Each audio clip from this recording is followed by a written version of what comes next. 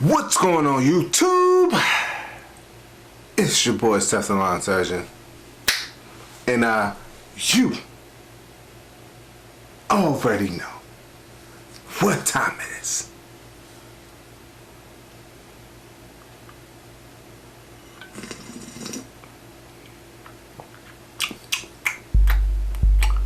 Tipsy talk.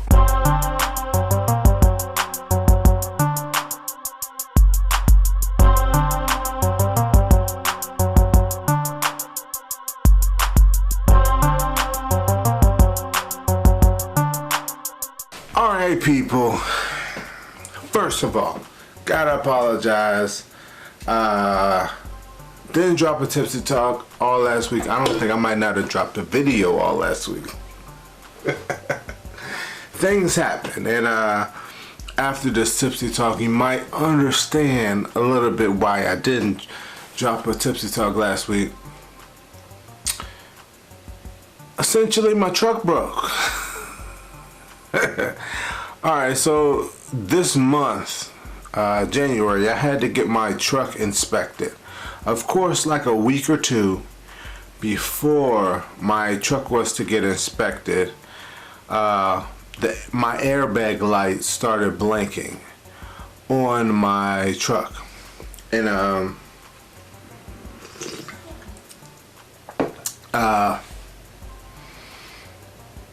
I just took it to get it inspected anyway. The way my mindset, I knew it probably was going to get rejected, but the way my mindset is that you might as well go ahead and take it to get inspected, because you might get a free diagnosis. Because, like, think about it like this, right? Say you got something on your truck that's wrong, and you got to get inspected, and you know it's wrong. But if you sit there and try to figure it out yourself, you might have to pay somebody or take it to a dealer. I said, well, if I take it, a lot of people don't know. I don't know how it works in your state, but in Virginia, you take it to the dealer, whatever place you, the inspection station, and if it fails inspection because of something, they 9 times out of 10 tell you what's wrong with your vehicle, why it failed inspection, and sometimes you might get some information that will help you be able to fix it. A lot of people don't realize that when they reject it, you don't have to get that shop to fix it. You can tell them, hey, put the rejection sticker on it. I'll go and fix it myself, or I got a guy, and I'll fix it, get him to fix it. So I took it there. Like I said, my airbag light was blinking. I didn't know what it was, so I was hoping they might tell me what it is. Of course, they told me, oh yeah, you know, we can't pass, everything's good, but we can't pass it because your airbag light is blinking. So I said, well, what are we gonna do? They said, well, if you pay us $188, we can figure it out and diagnose it. So basically, they wanted me to pay $188 to tell me what's wrong with it. I said, you know what? Go ahead and put that rejection sticker on it. And so that's what I did. They put the rejection sticker on, I got it back. So, like I said, I get 15 days to try to figure out what's wrong.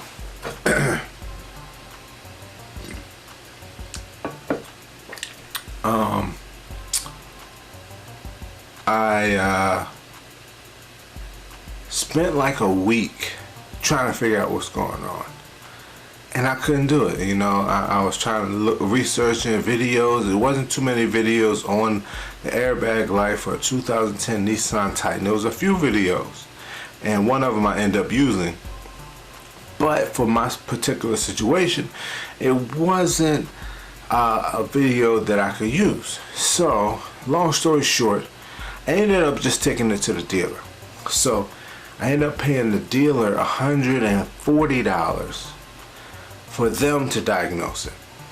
And the benefit of taking it to the dealer and getting them to diagnose it is not only did they tell me what was wrong with the airbag light, they gave me a whole list of other problems. Well, it wasn't like problems like need to take care right now, but it's potential problems. Things that I probably should get fixed in the future or fix myself in the future, the near future. And so it was worth the $140, plus they told me what was wrong with it, which was my clock spring. For those who don't know what a clock spring is, I can't speak for other vehicles, but on the Nissan Titan, it's basically like a module behind the airbag, behind the steering wheel, that has the turn signal, the windshield wiper, sticks on it or whatever, and it also controls the turning of the vehicle. And so this clock spring is basically in between the truck and the airbag. So i.e., if the clock spring is messed up, then it can't send a signal to the vehicle that the airbag is okay. The airbag might be okay, which mine is, come to find out, but the clock spring's bad, so the airbag light comes on.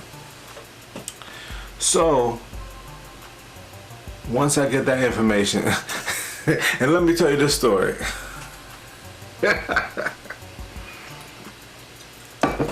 I go to the dealer, right, to get it diagnosed. I'm sitting in there. I'm sitting in there waiting. So the guy brings me out. He's like, "Oh, yeah, you know, your problem is the clock spring. You know, if you leave it here, I can get it fixed by Monday." And I'm like, "Oh, okay, cool." He's like, "You gonna leave it here?" No. He's like, "Oh, you're not?" I said, "Yeah. I probably could fix that myself." Because I had coincidentally seen this video on how to fix a clock spring on YouTube. So he's like, "Oh, really?" So then he goes back. Not only does he go back and spend like another 30 minutes like wasting my time, he comes back, "Oh, you need this as well, you need this, you need that." He lists a whole bunch of other stuff I need. And I'm like, okay, whatever. I'm going to change the clock spring. So I go home, I research where I can get a clock spring from, I order one online, and I go to work, you know. And if y'all want to see that video, I'm going to post it tomorrow. So, yeah, I take my airbag out, take my steering wheel off, and I changed my clock spring. Which, like, I tell people so many times, bro, like, I'm not telling y'all to go out here and freaking build a house. You get what I'm saying? Like, I'm not telling y'all to do that, but what I am telling y'all is that, like, 9 times out of 10,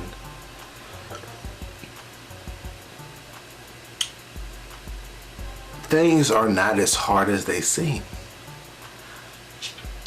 I literally took the airbag out of my truck. I literally took the steering wheel out of my truck, and I changed my clock spring. And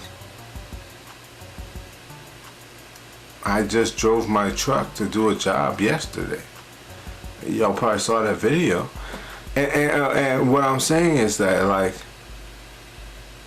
don't let stuff scare you. It's not that big of a deal. Look it up on YouTube. If it seems complicated, like, I had to change my starter. My starter is actually inside my air intake, which takes a lot to take apart. So I didn't do that. I paid somebody to do that. But anything else, starter on my van, or parts on my truck, parts on my Magnum, I do myself.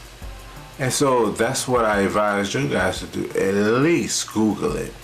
Another thing, when they gave me the estimate, for my clock spring for like $364. While I was sitting in that waiting room, I Googled a clock spring, $249. They was charging me over $100 upcharge for that clock spring. And so I actually want to do another Tipsy talk on like upcharging with lawn care and pricing and like that. I might do that next week. But I thought that was crazy, bro. But yeah, that's what's been going on with me. Yesterday I started my lawn care season. Cheers to that.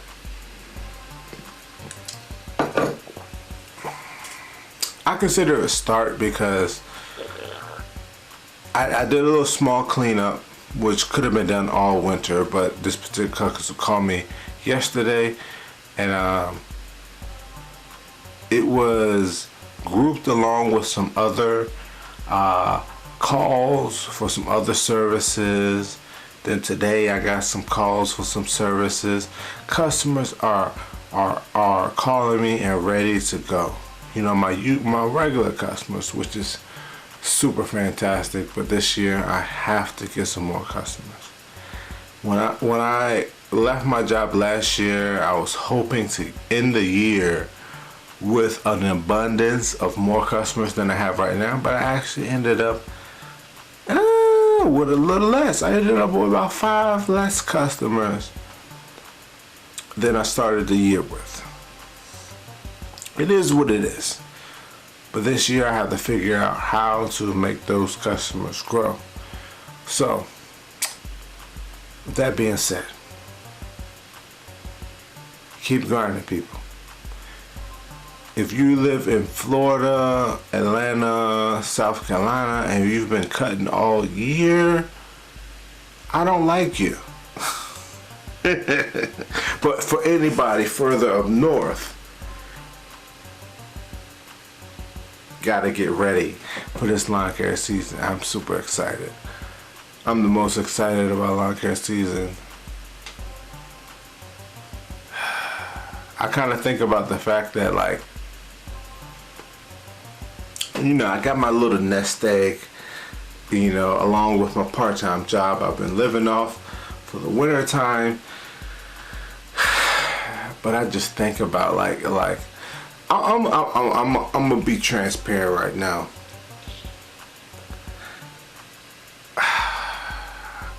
I try to be 100 with you guys, and I know you guys know this, but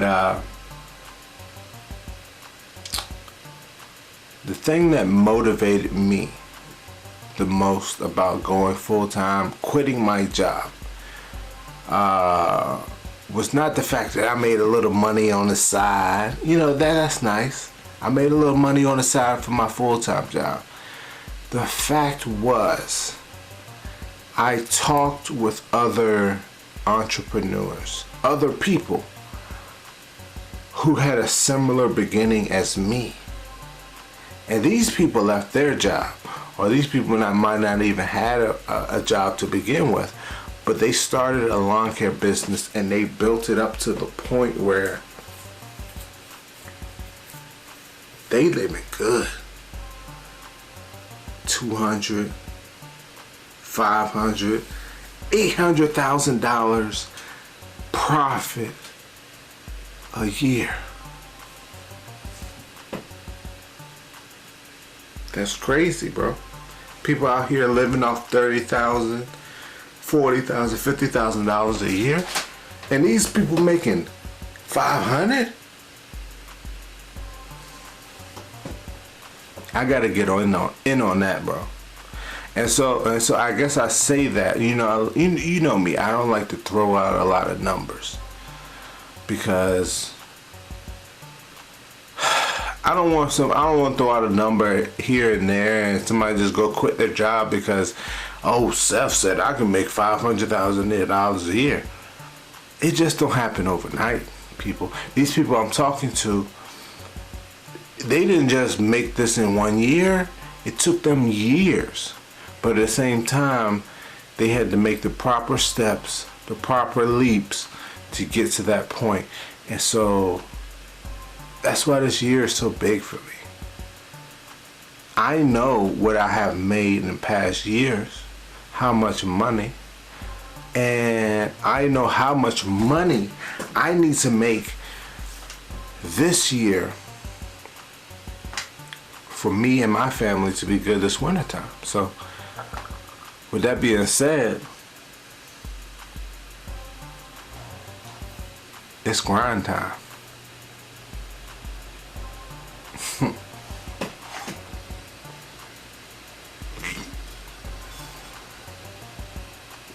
Shout out to Jobber. This mug is awesome. It's grind time, people. Lawn care season is upon us.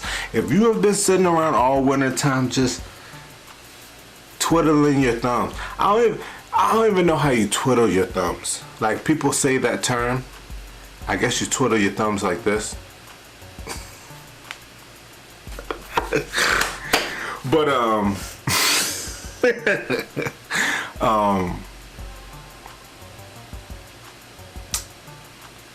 it's grind time. Anywho, thanks for watching. Comment, subscribe, and let's go. It's lawn care season, people. Yes, sir.